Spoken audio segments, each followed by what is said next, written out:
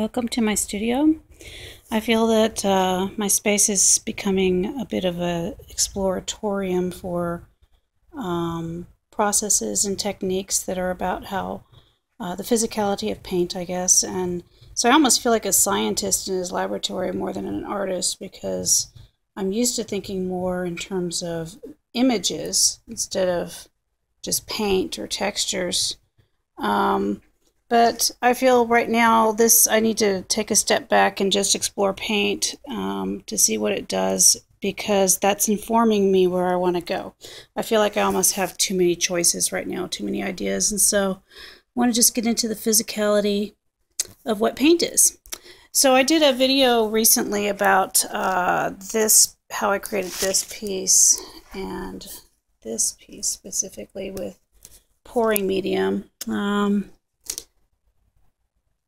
Liquitex pouring medium for this one, and I just put in a few colors: white, raw sienna, or rather burnt sienna, and a turquoise color of acrylic and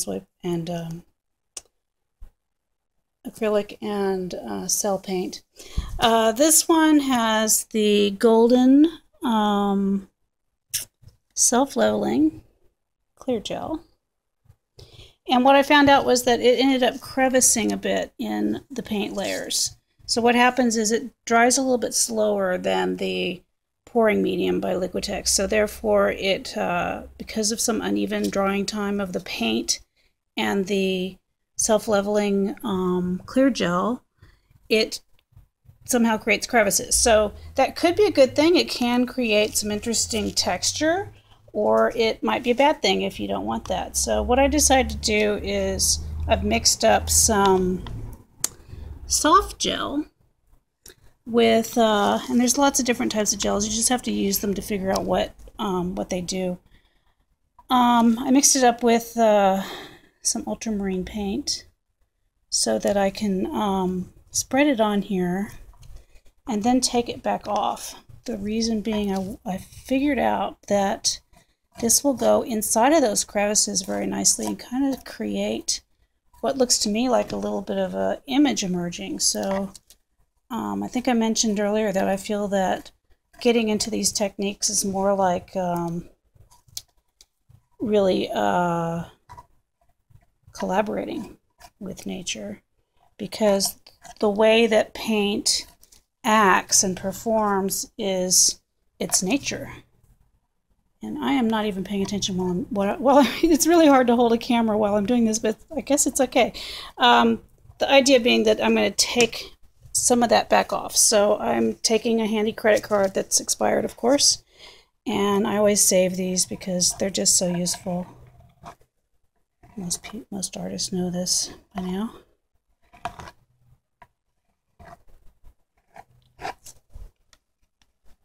To scrape it off onto something, and since I'm holding the camera, that's not too easy. So anyway, I'm creating textures that might inform my next step. That's sort of the whole idea, because at the same time that I'm doing these experiments, I'm also thinking about images constantly. I'm collecting images, and I'm taking photographs of plants, and oh my god, the skies tonight were so amazing.